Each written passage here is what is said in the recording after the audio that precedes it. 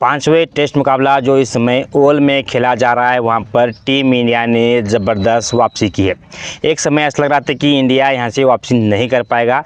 दूसरे दिन का जो खेल स्टार्ट हुआ, वहां पर कन्नूर, नायर और वाशिंगटन सुंदर बल्लेबाजी कर रहे थे। उन दो बल्लेबाजों ने कुछ योगदान नहीं दिया।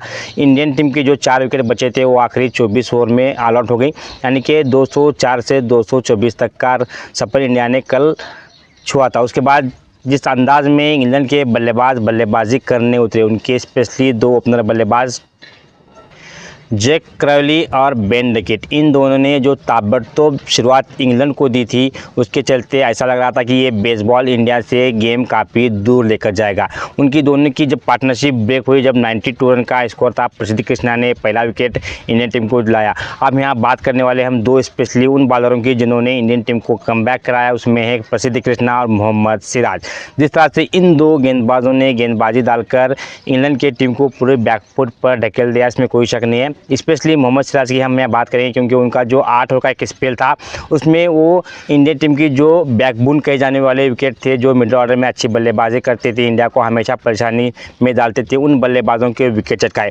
स्पेशली उसमें थे जो रूट की बल्लेबाजी तो सभी जानते हैं। हाल के कुछ सालों में जब से लॉकडाउन के बाद से जब बल्लेबाजी कर रहे हैं रूट, इसमें कोई शक नहीं कि रूट हमेशा से हर टीम के लिए सिर दर्द बने।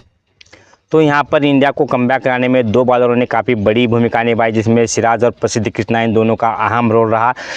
तो जिस तरह से 92 रन पर 1 विकेट जाने के बाद उनके बल्लेबाज ऐसा लग रहा था कि अब यहाँ से और ज़्यादा अच्छी बल्लेबाजी कर इंडिया को बड़ा लीड देंगे, लेकिन ऐसा होने नहीं दिया। हमारे बॉलरों ने जो बॉलरों ने कमबैक कराया, डेफिनेटली इस तरह का कमबैक बार बार देखने को नहीं मिलता। स्पेशली हम हमारे घर पर नहीं खेले, इंग्लैंड के धरती पर जाकर उनके कंडीशन में खेल रहे हैं। वहाँ की कंडीशन थोड़ा टफ होती है, और जिस तरह से कंट्रोवर्सी हो गई थी पिच क्यूरेटर और गौतम गंभीर के साथ, ऐसा लग रहा था कि वहाँ पर जो ग्राउंड पर जो पिच पर ग्रास छोड़ी गई थी, वहाँ के स्पेशली उन बॉलरों को मदद होगी, और स्पेशली इंग्लैंड के बॉलरों को मदद मिली भी। वहाँ पर अच्छी तरह से खेलते हैं, लेकिन उसका फ़ायदा हमारे गेंदबाज ने भी बखूबी निभाया है।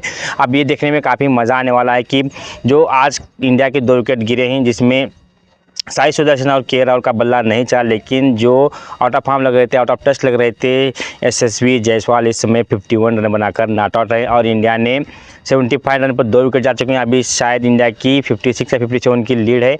अगर इस तरह की लीड से बल्लेबाजी और करेंगे, थोड़ी देर और जायसवाल बल्लेबाजी कर जाएंगे, तो डेफिनेटली इंडिया एक बड़ा टारगेट इंग्लैंड के सामने रख सकता है। जब किसी भी टीम को चौथे दिन बल्लेबाजी करनी होती है, स्पेशली इन पिचों पर जहां पर ग्रास छूट जाती है, जहां गेंद मूवमेंट करता है, और मूवमेंट करने वाले पिचों को चौथे पारी में खेलना आसान नहीं होता, भले ही कितने भी आपके पास एक्सपीरियंस बल्लेबाज क्यों ना हो। उनके पास एक ही सबसे एक्सपीरियंस बल्लेबाज है, वो है जो रूट, जो कि ठहर कर खेलते हैं।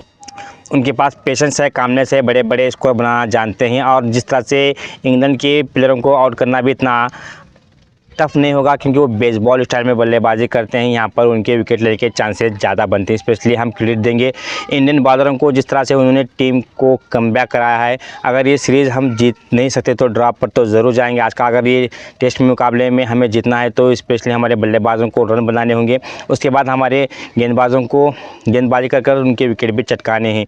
अब जिस अंदाज में ये दिन का शुरुआत किया था हमारे बॉलरों ने, वो डेफिनेटली थोड़ा बहुत निराशाजनक था, लेकिन आखिरी में जो फिनिश किया है वो काबिल तारीफ़ है। क्योंकि अब सिर्फ 17, 18, 20, 30 रन की लीड, कुछ लीड नहीं होती है। जब शुरुआत 92 पर 1 हो या 129 पर 1 हो, वहाँ से कमबैक कराना किसी के लिए भी आसान नहीं हुआ। लेकिन हमारे प्रसिद्ध कृष्णा और मोहम्मद सिराज ने कमबैक कराया है, उनकी तारीफ़ करनी बनती है। इंडियन बैटर को भी चाहिए कि वो अच्छी बल्लेबाजी कर टीम का टारगेट बड़ा करे। अब यहाँ पर जिम्मेदारी आती है यशस्वी जायसवाल, शुभमन गिल, करुण नायर, इन प्लेयरों के ऊपर ज़्यादा दारोमदार है कि किस तरह से ये बल्लेबाजी करते हैं और इंडिया को एक सेफ जोन में पहुंचाते हैं। फ्रेंड्स, आपके लिए अपडेट ला रहे थे, आपको अच्छी लगी तो इस चैनल को भी लाइक शेयर सब्सक्राइब जरूर कीजिए। हम इस तरह की लेटेस्ट अपडेट हमारे यूट्यूब चैनल पर अपलोड